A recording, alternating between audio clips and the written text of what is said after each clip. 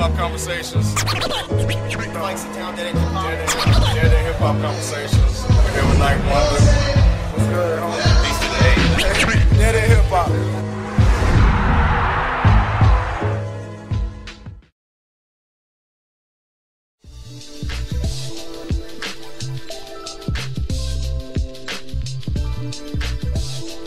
Man, right now we are chilling with the legendary, three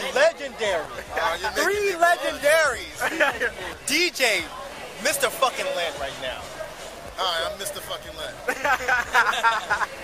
I gotta get some good Atlanta soul food. I've only been out here for a day, and I've had like a hot dog and a burger. So, I mean, that's some shit you get in a barbecue around the way. So, yeah.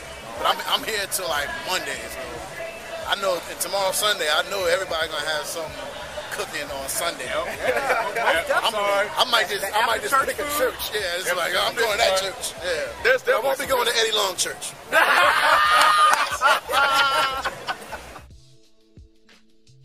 So hip hop right now, man, is in a different place. What do you think about hip hop? The state of hip hop right now? It kind of is. You know, like I don't hate it, and I don't particularly love it. I appreciate that it's in a spot where like rock and roll is. Where like there's some rock music that you love, and there's some rock songs you're like, why would you ever listen to this shit? You know, it's like, you know, the difference between Nirvana and the Spin Doctors. You know, like you might want to hear Two Princes, but I guarantee, like, you know, if somebody puts on, you know, Smells Like Teen Spirit, you're gonna have a whole lot more fun.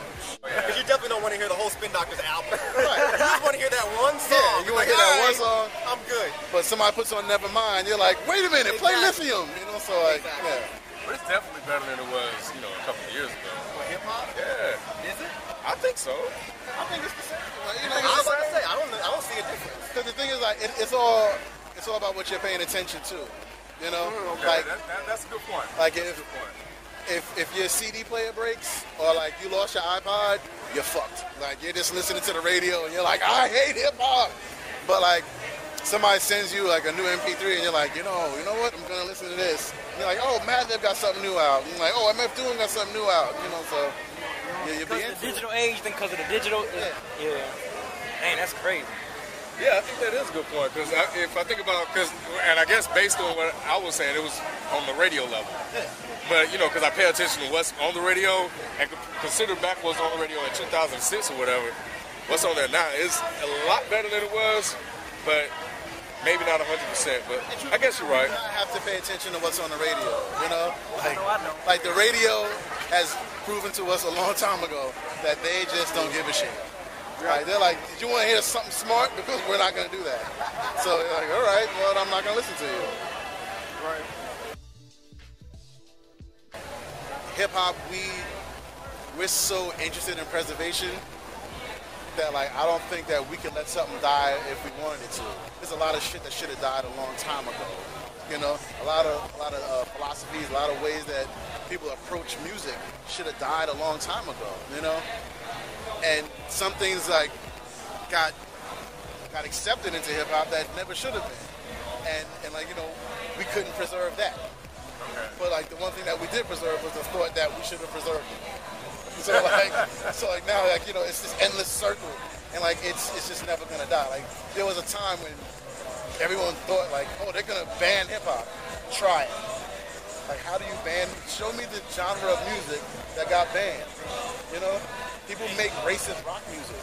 Yeah. It's still being made. They're not complaining about being heard on the radio. Frankly, I don't want to hear the shit. You know, but like they're still making it. You know, people make satanic death metal.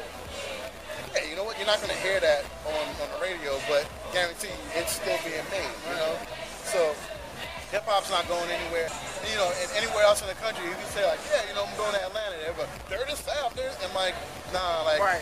Like, yeah, there's people that like that, but every time I've come down here, like, I have to ask people to hear it. Like, what is the dirty South hip-hop that everyone's listening to? And people are like, why do you want to hear that? I'm like, because I'm interested. Yeah. And, like, it's hard to find. Like, and it's only because the people that I'm around are hip-hop heads. So it's not going anywhere. So tell me about DJing. Like, when you go to shows now and you see dudes up there, right?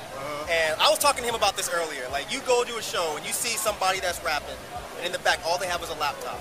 That's it. Just a laptop. Laptop, some headphones, they pushing the button, they sitting back there like this. You being like a real DJ, how do you feel about that?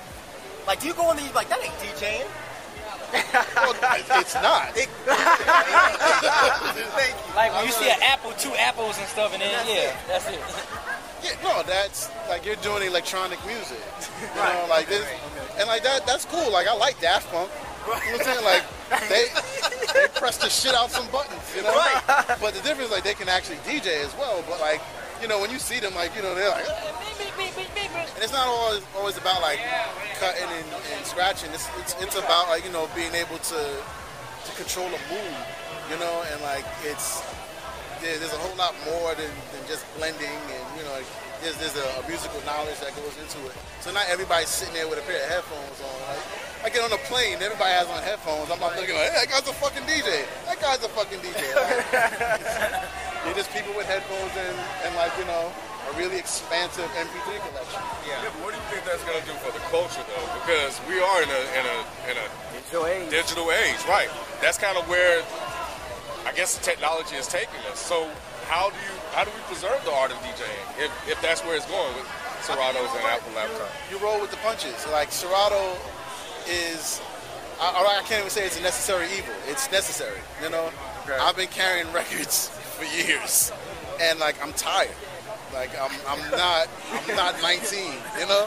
So like I'm not gonna be like dragging like 300 records on my back, you know, to do a 2-hour party, you know? If I can have it all on my laptop, I'm good, you know? It's the same thing with like keyboards and guitars. Like people are like, oh my God, they have guitar sounds in the keyboards. What's gonna happen to guitar players? Guitar players is like, we're gonna play guitar. Okay. You know? So it's like, there's always gonna be an interest. Somebody hears scratching on the song, they're like, I'm gonna learn to do that. You know?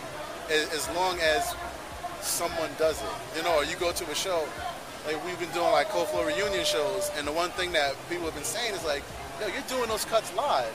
I'm like, yeah, because I did them. Like, that was me, like on the record, like that, I did that. So like, it's like, you know, if we were lucky enough to see Jimi Hendrix play, not saying I'm like Jimi Hendrix, but like, you know, if you heard him do a solo, then you see him live and he does the solo, you're like, oh my God, that guy's doing the fucking solo for the song.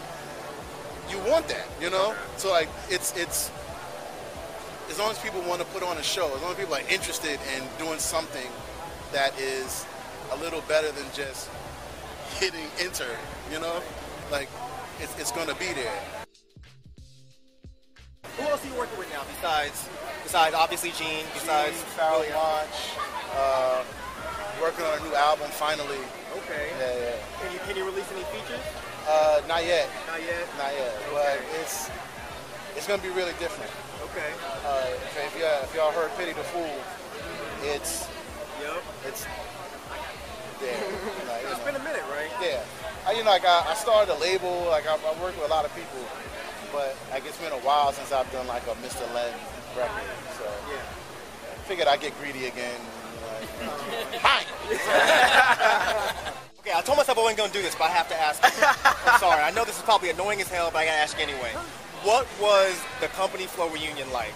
Like, how did you feel stepping back on the stage with those dudes and rocking? Now, I don't mean the most recent one. I mean, like, the one where y'all, the first reunion. Like, how did that feel getting back on stage with those cats?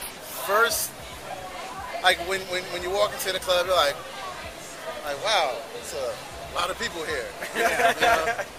And what's funny is, like, people look at me and have absolutely no idea who I am, because, like, you know, I got all this now.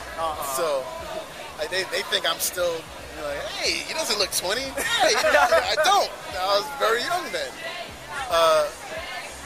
So, like, I'm always nervous before I do any show.